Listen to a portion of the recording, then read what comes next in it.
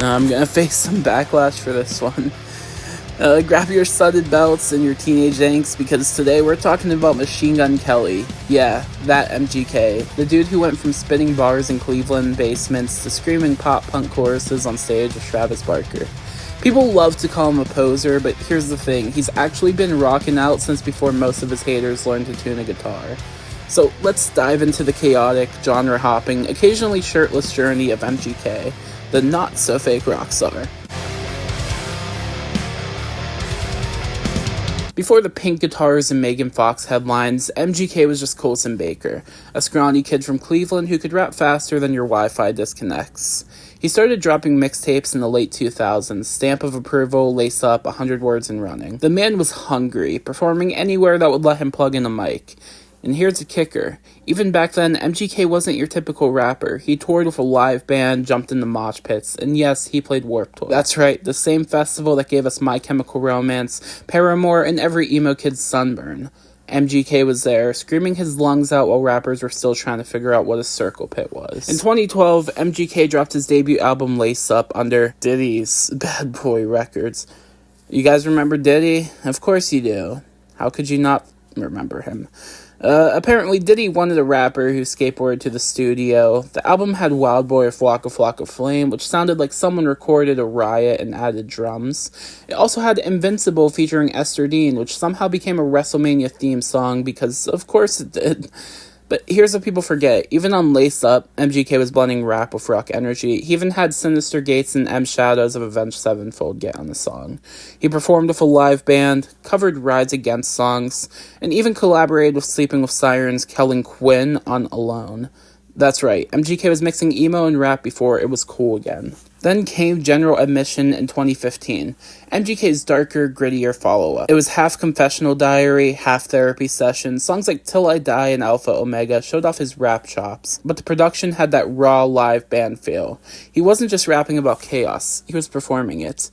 And he even had a song with Kid Rock on here. Now, I know that might not sound like much, but just keep in mind, you guys said that this dude was never rock before. He's a poser, right? But he had Kid Rock on a song during his rap days. Yes. And he was still showing up at rock festivals.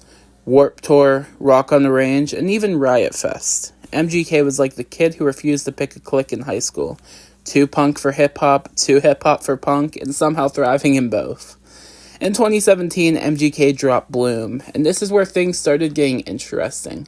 The album had Bad Things of Camila Cabello, a pop hit so catchy it made emo kids cry in the club, but it also had tracks like Let You Go and 27, which leaned heavily into pop rock territory. Critics were confused, fans were divided. MGK was like, whatever, I'm doing both. And honestly, it worked. He was slowly evolving from rapper with guitars to full-blown rock frontman. Then came 2018, the year MGK decided to poke the bear. He dropped Rap Devil, a diss track aimed at Eminem, and to his credit, it was actually pretty good. But then Eminem responded with Kill Shot, and the internet basically declared MGK's rap career over. But here's where MGK pulled the biggest Uno reverse card in music history. Instead of doubling down on rap, he said, fine, I'll just become a rock star. And somehow he did.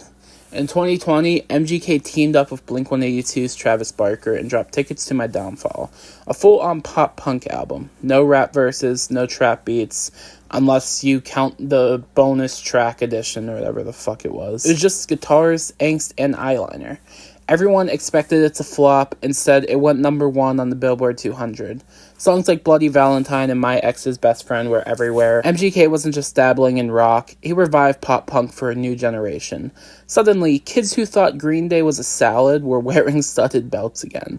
And let's not forget, Love Race featuring Kellen Quinn was a straight-up Warped Tour throwback. 2 scene legends, 1 song, and enough nostalgia to make Hot Topic profitable again. Then came mainstream sellout in 2022, MGK's I Know You Hate Me and I Don't Care album. It featured Lil Wayne, Bring Me the Horizon, and Willow Smith. Critics rolled their eyes, but fans, they packed arenas. MGK was headlining Lollapalooza, Reading in Leeds, and even Download Festival. The man went from rap ciphers to sharing stages of metal bands. That's not a poser move. That's evolution. In 2024, he did an album with Trippie Redd called Genre Sad Boy EP. I'm not joking. It has 10 songs and the name of it is literally Genre Sad Boy EP. It was terrible, I promise. Never listen to this shit again. And then he's been releasing singles like it's nothing. He did I Tried Again, fucking Home, Bittersweet Home, and No Cell Phones in Rehab. He had his pop album come out, Lost Americana, this year. He did a cover of the Goo Goo Dolls' Iris, Lonely Road with Jelly Roll, Sun to Me. He's been doing all kinds of fucking shit. It's literally insane. So that's where he's at now, just coming off of a new pop album, Lost Americana. After Lost Americana, he did Vans Warped Tour, the few dates that they have. I think he did all of them. He still shows up shirtless, covered in pink paint, and somehow makes it work. Here's the thing, MGK didn't jump ship to rock. He's been in the world since day one. He played Warped Tour, collaborated with Kellen Quinn, performed with live bands, and always brought punk energy to his shows. He didn't fake it, he grew into it. He's not pretending to be a rock star. He's one just with a rap background, a pink guitar, and the energy of Monster Energy drink that learned to sing. So, yeah, Machine Gun Kelly might be loud, chaotic, and occasionally ridiculous, but he's also one of the few artists who actually took risks and made them work. He didn't fake his rock roots, he proved them. And honestly, if being a poser gets you platinum albums, sold out tours, and Megan Fox, maybe we should all start posing. Anyways, guys, I hope you all enjoyed this video. Please leave a like and subscribe for more content just like this. Catch you guys in the next one.